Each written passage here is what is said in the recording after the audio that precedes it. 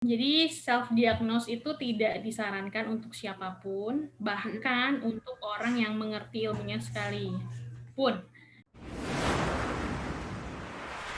Buya, obrolan kemasyarakatan. Assalamualaikum warahmatullahi wabarakatuh. Halo Sobat Cendekia, balik lagi di podcast Boyan, obrolan kemasyarakatan.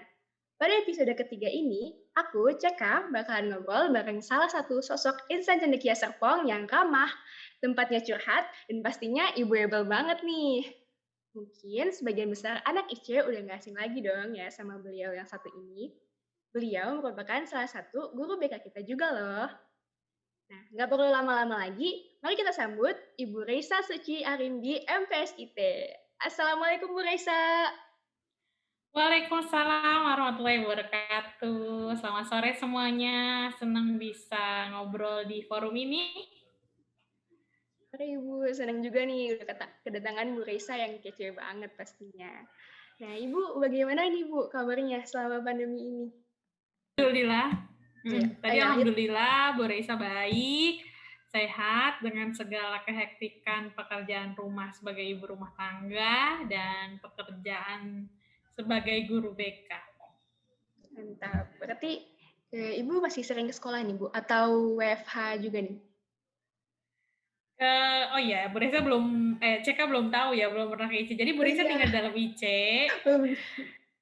Jadi oh, WFH atau WFO sama aja, Bu Reza tetap di mm. IC juga. Cuma memang nggak ke asrama, nggak Oh ngajar iya, tatap muka, semuanya via online iya. gitu. Cerita juga nih buat teman-teman Askara kelas 10. Jadi Bu Reisa ini merupakan salah satu guru BK juga di Manusan Cendekia Serpong. Nah, Ibu buat kali ini aku mau kayak curhat-curhat aja gitu ya Bu. Boleh ya Bu? Oke. Nah, jadi kita mulai ya. Nah, banyak nih Bu dari teman-teman kita, termasuk aku juga yang sering cerita gitu Bu. Kayak merasa capek banget PJJ terus. Kan sekarang juga udah mau setahun ya PJJ terus. Udah tugas nggak selesai-selesai. Padahal rasanya tuh udah kayak 24 jam duduk depan laptop, tapi masih belum selesai-selesai juga gitu. Belum lagi ditambah organisasi dan acara-acara yang pastinya juga butuh waktu dan tenaga untuk nyelesainnya. Nah, kalau dari Ibu sendiri sebagai guru dan juga eh, di Insan Cendekia Serpong ngerasain hal yang sama juga nggak sih Bu kalau boleh tahu Hmm, Kalau mau sehariannya? jawaban jujur apa jawaban klise? Boleh Bu, terserah Ibu senyamannya aja. Eh, Memang situasi ini membuat kita jadi seperti ada dalam dunia yang baru gitu, dan kita harus cepat bisa beradaptasi karena kita benar-benar shifting ke dunia yang nggak pernah dibayangkan sebelumnya ini akan terjadi gitu. Bu Reza sendiri ngerasa memang ketika PJJ ini nih ngerasa jadi kalau dulu ngajar atau konseling itu ada waktunya. Kalau karena Bu Reza tugasnya di BK di asrama, jadi kalau mau konseling sama Bu Reza tuh bisa dari sore habis pulang sekolah sampai malam, atau misalnya ketika nanti kalau misalnya Ceko udah masuk, itu ada waktu duha. Nah, itu bisa tuh anak-anak suka konseling. Nah, tapi sekarang tuh karena waktunya nggak jelas, jadi makin nggak jelas waktu Bu Reza nerima konseling itu. Kadang ya sampai tengah malam, kadang ya pagi-pagi, dan nggak enaknya tuh kadang misalnya Bu Reza udah terlanjur ngantuk, nggak bisa bales chat. Nah, itu tuh jadi kentang kan konselingnya. Kalau dalam proses konseling tuh sebetulnya nggak bagus kayak gitu. Kita kan ada tahap-tahapnya. Dan harus tuntas, harus clear satu sesi misalnya. Ini tuh jadi enggak, misalnya udah teleponan atau udah WhatsAppan kapan, terus balas lagi kapan. Itu jadi nggak tektok. Itu yang menurut Bu Reza bikin nggak nyaman banget sama situasi ini. Gitu. Iya sih Bu, bener banget. Apalagi yang masalah waktu, bener-bener kerasa udah hancur banget ya Bu, jam tidur segala macam ya Bu. Jadi Benar-benar. bener-bener Kita nggak jadi nggak teratur punya banget. batasan, ya. Nah kalau kayak gitu, rasa capek nggak sih Bu? Kayak capek yang tiap harinya gitu. Ya capek pasti, Mm-mm. tapi itu tadi kita nggak bisa Iya, lepas ini ya. dari Jadi lepas dari tanggung jawab gitu ya Bu ya. iya, jadi ya tetap dijalani aja dengan semampunya, dengan seikhtiarnya, dengan tetap terus minta pertolongan sama Allah. Mantap, banget. Nah, berarti di sini peran istirahat juga penting banget ya, Bu, supaya kita nggak terlalu maksain diri sendiri juga gitu, Bu. Betul. Nah, Iya. terus kalau menurut Ibu, gimana sih, Bu, caranya supaya bisa nyempetin istirahat sejenak di antara hiruk pikuknya kegiatan kita sehari-hari, Bu? Oke. Gini, sebetulnya kalau Bu Reza kan karena situasi ini baru, jadi riset-riset tentang manajemen diri, self regulation itu baru sedikit banget. Kebetulan Bu Reza memang cari-cari jurnal riset terbaru tentang self regulation di kondisi sekarang. Sebetulnya kuncinya yang paling bisa kita lakukan sebagai orang awam itu adalah memberi batasan semua kegiatan. Kuncinya adalah di situ. Jadi kalau kita nggak kasih batasan durasi ketika kita mengerjakan sesuatu, maka kita akan terlena atau ketika kita terlena mengerjakan satu hal, maka yang lainnya numpuk tuh di belakang. Nah, ketika semakin numpuk, ketika kerjaan semakin numpuk, besokannya kita kayak makin nggak punya waktu lagi, makin pecah kepalanya, gitu. Makin bingung. Terus biasanya nih akhirnya nih kalau udah makin banyak yang harus dikerjain, malah nggak ngerjain apa-apa, biasanya gitu. Kepalanya udah ditinggalin semua, gue drakoran aja, ditinggalin semua, gue scroll Instagram aja. Iya benar. Biasanya malah kayak gitu. Jadi memang yang paling bisa dilakukan dan selama ini coba Bu Reza lakukan adalah memberikan batasan waktu. Jadi misalnya boleh mengerjakan semua hal, boleh termasuk nonton drakor, boleh termasuk misalnya Netflix atau misalnya main game, itu semua boleh dilakukan dalam satu hari. Tapi kita harus komitmen pada diri kita sendiri untuk bisa membatasi waktu. Misalnya kalau ngerjain tugas 1 jam, kalau misalnya nggak selesai ya udah tinggalin. Tapi itu harus 1 jam gitu. Jadi bener-bener kita yang membatasi itu. Terus misalnya nonton ya 30 menit, tidur ya 30 menit. Nah, jadi kalau pertanyaannya tadi gimana caranya kita tetap bisa istirahat, yaitu tadi dengan memberi batasan durasi waktu untuk berapa lama kita menyelesaikan atau mengerjakan sesuatu dalam kurun waktu 24 jam. Bagaimana caranya, bagaimana mengatur waktunya gitu, Bu. Mengatur waktunya yang tahu cuma kita sendiri, karena setiap orang kegiatannya beda-beda dan kebutuhannya beda-beda. Ada yang emang kalau emang istirahatnya orangnya butuh, ada orang yang bisa tidur malam larut, ada yang tetap nggak bisa gitu. Tidur jam 10 ya jam 10, lewat dari situ pusing, besokannya malah nggak bisa ngapa-ngapain. Ada juga yang kayak gitu. Jadi masing-masing harus bisa mengenali ritme dirinya dulu, baru atur kemudian gitu. Ya, bener banget sih Bu, apalagi tentang ngontrol diri sendiri itu susah banget sih Bu. Kadang kayak suka mikir gitu, ini udah 5 jam KMTT kok nggak selesai-selesai gitu. Nah, tapi kadang-kadang kalau misalnya udah merasa puas nyelesain sesuatu, itu ya baik lagi Bu, kadang istirahatnya jadi terlena atau gimana.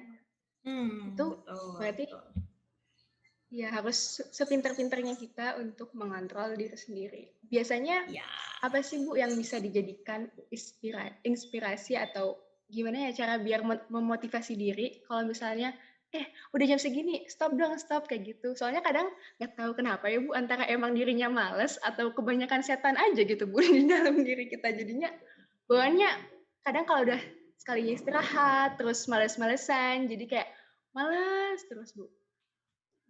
Biasanya apa nih Bu yang bisa bikin Ibu buat semangat bangkit lagi, kerjain lagi gitu? Kalau Bu Reza tipe yang gini, orang beda-beda ya, tetap orang itu beda-beda. Kalau Bu Reza tipe yang harus ditakut-takutin. Jadi Oh. Bu Reza lebih memilih membuat diri khawatir, menakut-nakuti diri sendiri supaya bisa dikerjain. Misalnya gini, misalnya contoh sederhana Bu Reza harus hari ini udah dijadwalin nih mau nyetrika, beresin setrikaan. Terus lagi asik nih ceritanya, ngeliat Shopee kan, emang lagi nyari barang sesuatu. Terus kan biasa perempuan kan masalah di warna lah, harga lah, apalah gitu ya. Terus misalnya, entar lah belum ketemu nih yang ini apa yang ini ya, misalnya kayak gitu. Terus langsung mikirin gini, stop. Lu daripada lanjutin lagi Shopee lo, nanti setrikaan lu numpuk, terus malah ditumpuk, malah makin kayak gunung, nanti nyamuk di rumah malah tambah banyak gitu. Terus kayak langsung panik sendiri, oh ya gue bangun. Nah, kalau Bu Reza kayak gitu tipenya. Emang harus kayak ditakut-takutin, harus mencoba membayangkan, divisualisasi, diimajinasikan situasi terburuk kalau kita nggak men-stop kegiatan ini untuk segera berpindah ke kegiatan yang lain. Iya, gitu. Bener banget gitu. Jadi mencoba menghadirkan situasi terburuk ke depan gitu. Bisa juga kalau misalnya kayak gitu, kalau nggak kayak gitu, kalian pasang alarm di handphone. Iya, banyak juga kan yang Bu sekarang udah kayak study timer gitu ya Bu. Iya, di list to do, terus kemudian di set jam-jamnya, itu juga nggak apa-apa. Karena kadang batasan kayak apa ya, kalau kita lagi olahraga ada waktunya prit itu juga secara psikologis itu bisa menghentak diri kita untuk menyadarkan kita untuk pindah. Kalau kalian pernah psikotes, pernah ikut psikotes yang ngitung-ngitung nggak? Nambah-nambahin, yang kertasnya kayak koran besar. Iya, yang banyak satu berjejer. Yang banyak, cuma tambah-tambah doang tugasnya, terus ada instruksinya pindah lajur ya, atau misalnya garis. Kalau jadi ada 2 tes itu. Nah, itu adalah fungsi tes psikotes yang itu namanya Pauli test dan Kraepelin test. Kenapa kita diberi jeda waktu? Diberi instruksi di tengah rutinitas kita, itu selain untuk melatih konsentrasi kita, itu juga untuk melihat daya tahan stres kita gitu. Nah, jadi instruksi di tengah keasikan kita melihat sesuatu itu penting untuk mengingatkan gitu. Tapi memang harus dibiasakan dulu ya Bu, pelan-pelan dari awal, nggak bisa langsung keras banget ya Bu. Tapi balik lagi ke pembiasaan dari diri kita sendiri. Paling penting niat juga sih ya Bu, paling penting banget. Ya, niat dan aksinya. Kadang kita banyak niatnya gitu ya, terus aksinya nanti aja deh nanti gitu kan, ya udah terus aja. Iya bener. Nah, terus selain itu, balik lagi ke bahas istirahat nih Bu. Ibu kan lulusan psikologi nih Bu.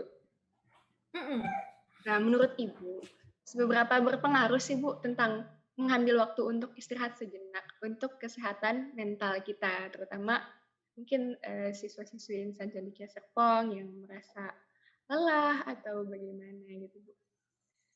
Penting banget ya untuk menarik diri dari segala rutinitas. Kalau bicara mental health, itu panjang banget urusannya. Jadi memang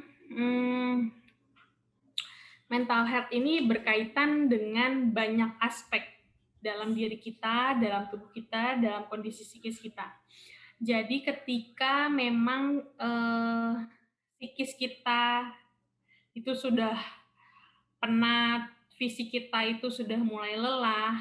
Nah, kalau nggak di shut down gitu, dihentikan dulu semuanya, ya maka nanti kalaupun nggak berdampak hari ini, oke hari ini biasa aja lah, nggak apa-apa, misalnya cuma ngantuk doang, cuma teler doang gitu. Tapi kalau itu ditumpuk terus, kita terus memaksakan tubuh kita, membuat diri kita terus ada di pekerjaan gitu, dan istirahat kita semakin berkurang, maka nggak cuman dampak ke kesehatan tubuh kita yang misalnya jadi gangguan tidur, gangguan makan, itu juga bisa ke itu tadi kesehatan Ya, mental mental kita. health-nya. Iya.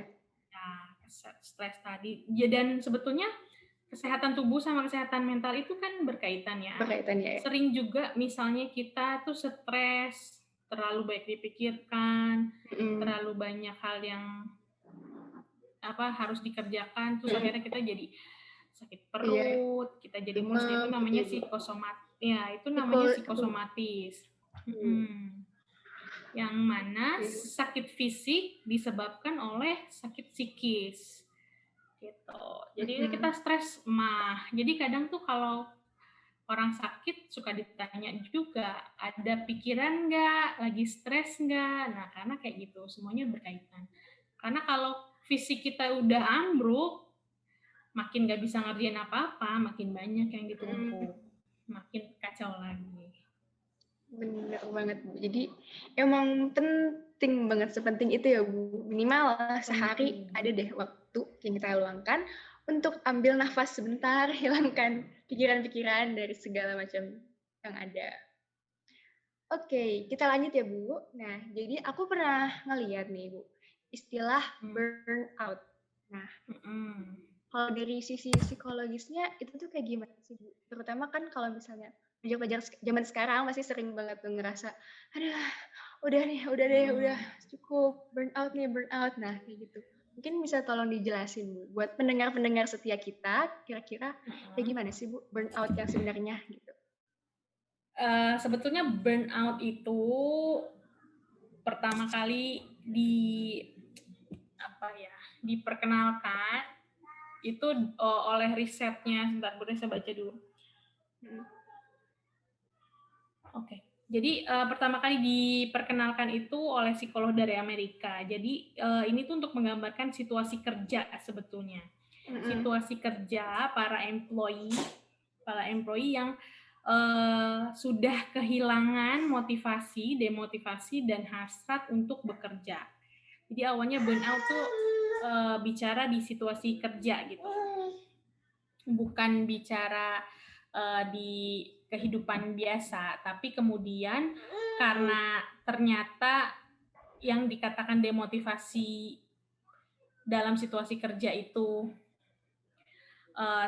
tidak hanya di situasi kerja gitu, seiring berjalannya waktu, artinya di kehidupan sehari-hari, di pelajar pun juga banyak yang mengalami demotivasi, maka burnout ini kemudian berkembang istilahnya gitu.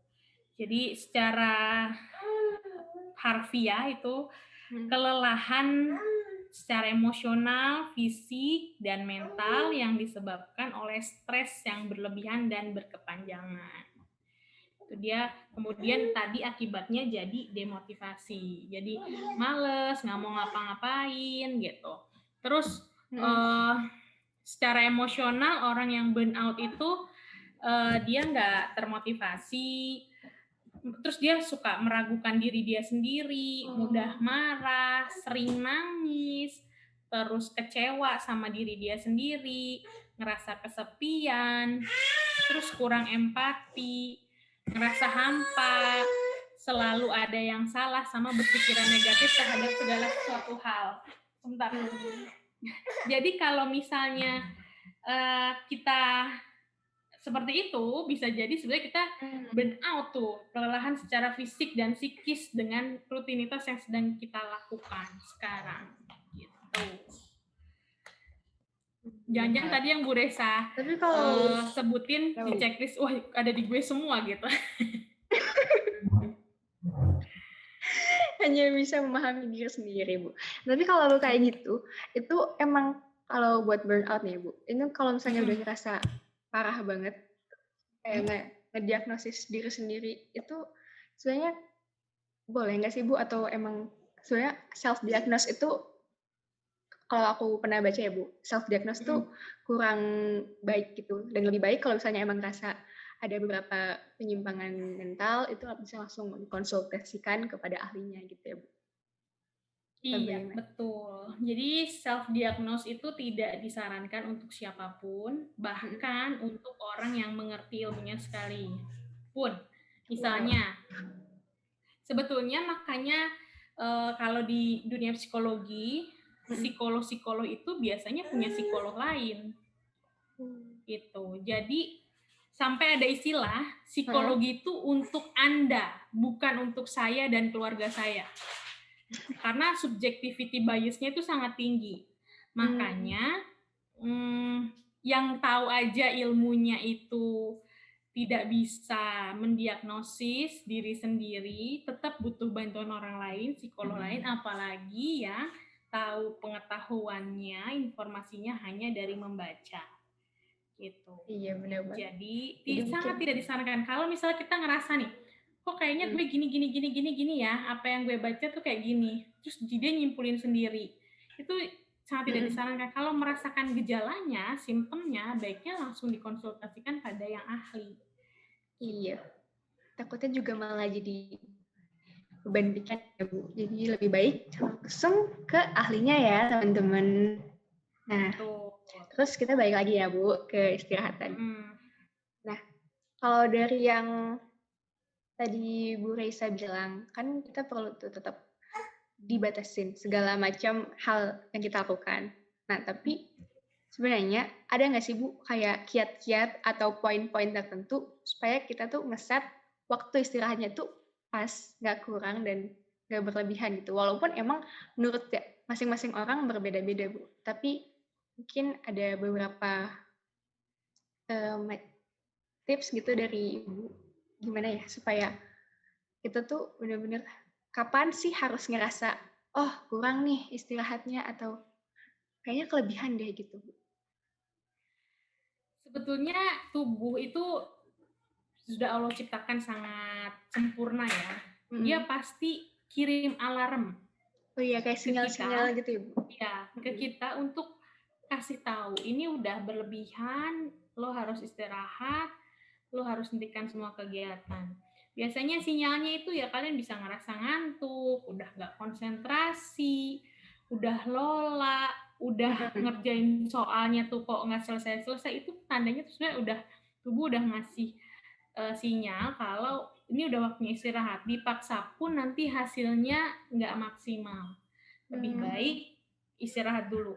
Karena itu tadi, kalaupun dipaksain pasti hasilnya nggak akan maksimal. Kan jadi percuma. Mendingan istirahat dulu, nanti dilanjutin lagi. Atau misalnya kayak yang tadi burn out, terus udah demotivasi, terlalu banyak istirahat, terlalu banyak terlenanya. Nah, dilihat lagi, kalau misalnya kita bangun tidur, bangun leha-leha, badan kita malah tambah sakit, itu artinya istirahat kita tuh udah kebanyakan. Karena pasti deh, kalau kamu pernah nggak kayak bangun tidur tapi bukan seger malah pada sakit badannya? Iya, malah kayak demam, kok panas ya bangun tidur kayak ngerasa nggak enak badan gitu Bu kadang. Nah itu sebetulnya kemungkinannya dua. Kamu cek lagi, kamu tidurnya kelamaan, apa kamu tidurnya terlalu sedikit. Kalau tidurnya kelamaan, itu berarti juga kamu terlalu banyak istirahatnya. Karena tubuh itu butuh gerak, juga butuh diolah gitu. Jadi kalau misalnya terus biasanya juga ada situasinya gini. Udah tidur maunya tidur mulu, kayak hibernasi gitu. Nah, kalau udah tidur maunya tidur mulu itu juga udah nggak wajar. Itu juga udah nggak wajar karena maksimal usia usia kalian ya, usia maksudnya nggak anak-anak lagi, di atas 15 tahun itu biasanya maksimal itu 10 jam each day. Lebih dari 10 jam, 12 jam aja udah tambah pusing, kepala kalian pasti bangun-bangun pusing. Karena kalau 10 jam aja udah ngelewatin waktu sholat berapa tuh? Oh iya benar. Misalnya siang. Iya misalnya makanya siang. Atau misalnya kalau malam pun kan subuhnya pasti kelewat. Iya benar gitu. Bu. Sekali yang berlebihan emang nggak baik ya Bu ya. Dan aku juga pernah ngeliat Bu, kalau misalnya bangun tidur itu tuh lebih baik tubuhnya dipaksain supaya bergerak dan nyadar kalau ini tuh udah bukan saatnya buat tidur lagi gitu Bu. Itu emang beneran berpengaruh nggak sih Bu? Pengaruh banget, makanya stretching bangun tidur, entah itu cuma gerak-gerakin kepala gini, atau tangannya diginiin gitu ya, baru bangun tidur itu penting buat menyadarkan. Karena kalau di psikologi, neuropsikologi itu ada yang namanya gelombang otak ya. Kita mengenal gelombang otak neurotransmitter. Ketika tidur itu kan gelombang otak berbeda-beda. Ada yang posisi kita baru merem-merem gitu, udah sayup-sayup. Nah, itu namanya gelombang kita masih di nama gelombang Ibu Resa lupa. Tapi kalau yang udah deep sleep itu namanya gelombang kita udah sampai gelombang alfa. Ada yang kita udah mulai mimpi. Nah, itu sebetulnya udah nggak deep sleep lagi tuh, udah menuju bangun. Riset itu membuktikan mimpi itu ternyata baru mulai itu 5 menit sebelum kita terbangun. Jadi sesi gelombang alfanya itu udah lewat. Gitu. Makanya ketika udah mulai makanya kadang kenapa kalau misalnya kita mimpi di sekitar kita ada suara, kita suka masuk gitu ya. Iya, benar. Suka masuk ke mimpi kita. Nah, itu sebenarnya karena kita udah mulai sadar gitu. Terus tadi gimana tuh? Berasa jadi Nah, jadi kalau misalnya apa tuh? Jadi kalau misalnya tidur udah mulai bangun harus biar si gelombang otaknya itu pindah dan kita ikut sadar gitu. Ikutin si gelombang otaknya itu ngikutin apa yang kita lakukan juga ya, Bu? Ngikutin aktivitas kita. Kalau kayak langsung mandi kayak gitu-gitu tuh berarti boleh nggak sih, Bu? Atau harus ada jeda lah gitu, nggak langsung mandi jadi kayak tiba-tiba kaget gitu badannya? Baiknya sih bangun tuh duduk dulu nggak langsung brek gitu loh, pasti pusing deh. Kalau bangun langsung, misalnya kalian telat nih ya, langsung jumpalitan mandi, pasti pusing. Iya, jadi baiknya memang kalau bangun tidur, duduk dulu, stretching dulu, gerak-gerakin badannya sedikit, baru deh bismillah mulai aktivitas. Kan juga di Islam kan diajarkan berdoa dulu ya, berdoa. Iya, doa bangun tidur. Doa bangun tidur itu bisa dilakukan dulu sambil stretching gitu. Bener banget. Oke, selesai juga akhirnya bahas istirahatnya. Nah, terakhir nih, kalau dari Bu Raisa sendiri, ada nggak sih Bu tips supaya kehidupan kita kedepannya tuh bisa lebih efisien gitu Bu? Kalau di dunia perkantoran mungkin Bu Raisa tahu istilah work-life balance nggak Bu? Nah iya, mungkin kalau versi sekolahannya, kira-kira kayak gimana sih Bu yang pas buat kita nih Bu, para remaja yang sedang mengais ilmu di sini. Remaja jihad fisabilillah. Remaja yang sedang berjihad fisabilillah. Iya, bener banget. Berarti study life balance. Oh iya, study life balance, tapi iya.